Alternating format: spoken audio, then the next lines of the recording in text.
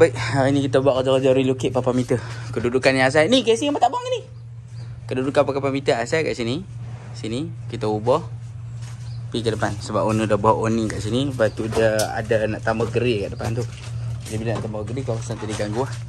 Kita ubah mai kat depan. Kabel servis yang lebih kita tinggal kat situ. Sebab apa, nanti owner nak buat permohonan untuk pengalihan tiang TMB ni daripada kedudukan sini ke depan sana sikit, supaya laluan dia nak parking apa semua jadi lapang.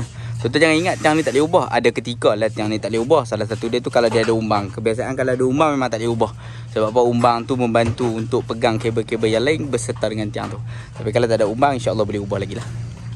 Ini jadi keadaan kita supaya kita ubah kedudukannya macam ni lah.